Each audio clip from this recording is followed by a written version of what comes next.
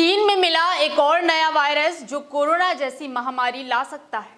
नमस्कार, आप देख रहे हैं कबीर न्यूज। मैं हूं आपके साथ ऋचा कमल। अगर आप हमें YouTube पर देख रहे हैं तो सब्सक्राइब करें हमारा चैनल कबीर न्यूज और बेल आइकन टैप करें ताकि आपको नोटिफिकेशन मिलता रहे हमारे हर वीडियो के अपडेट का। और अगर आप हमें Facebook पर देख रहे हैं तो लाइक करें हमारा Facebook पेज कबीर न्यूज।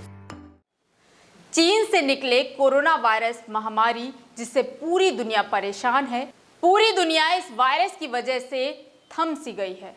अब तक कोरोना पर काबू पाने की कोई दवाई नहीं बन पाई है और चीन से एक और वायरस का आगमन हो गया है और आशंका जताई जा रही है कि ये वायरस कोरोना वायरस की तरह ही संक्रामक है।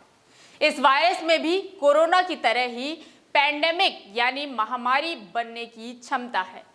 चीन में वैज्ञानिकों ने फ्लू के एक ऐसे नए स्ट्रेन की पहचान की है जिसमें महामारी का स्वरूप लेने की क्षमता है।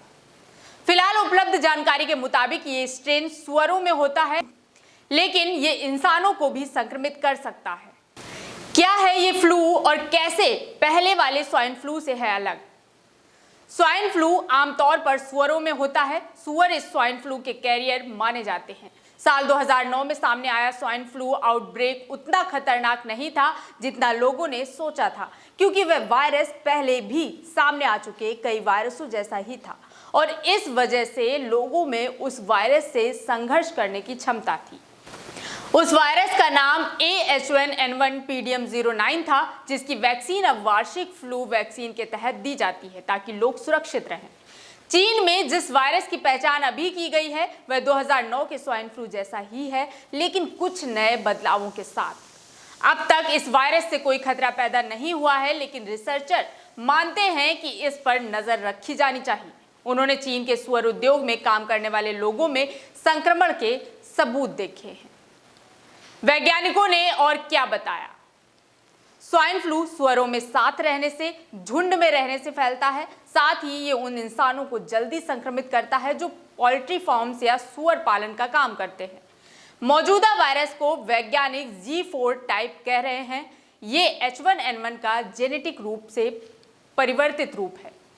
वैज्ञानिक journal proceedings of the national academy of science में छपी रिसर्च कहती है कि G4 में महामारी बनने की सारे लक्षण हैं। वैज्ञानिक मानते हैं कि G4EA-H1N1 नाम का ये वायरस इंसानी श्वास नली में पनपने के साथ साथ अपनी संख्या में वृद्धि भी कर सकता है। वैज्ञानिकों ने यह भी लिखा है कि सुअरों पर उनके आसपास काम कर रहे लोगों में वायरस पर नजर रखे जाने की व्यवस्था तत्काल की जानी चाहिए। हालांकि मौजूदा वक्त में हमारा ध्यान कोरोना वायरस पर ही होना चाहिए, लेकिन इसके साथ हमें इस G4 वाले स्वाइन फ्लू पर भी नजर रखना होगा ताकि ये पता लगाया जाता रहे कि यह वायरस अपना स्वरूप किस तरह बदल रहा है। हमें इससे डरना चाहिए? नहीं, क्योंकि वैज्ञानिक अभी रिसर्च शुरुआती स्टेज में है। इस वायरस के सुअर से इंसान में ट्रांसफर होने के सबूत तो हैं, लेकिन इंसान से इंसान में संक्रमण होने के अभी कोई सबूत नहीं है। हार्वर्ड यूनिवर्सिटी के वैज्ञानिक एरिक फेगलडिंक ने BBC का एक लेख ट्वीट करके जानकारी दी है कि अभी तक ये वायरस सिर्फ सुअरों में ही मौजूद है और अभी इससे घबराने की जरूरत नहीं है। कोलंबिया यूनिवर्सिटी में वायरस के विज्ञान यानी वायरोलॉजी की वैज्ञानिक डॉक्टर एंजेला रैमसेन ने भी कहा है कि हमें ये सोचकर घबराने की जरूरत नहीं है कि एक और महामारी आने वाली है। हमें हर तरह के फ्लू से हो सकने वाली महामारी के लिए तैयार रहना है।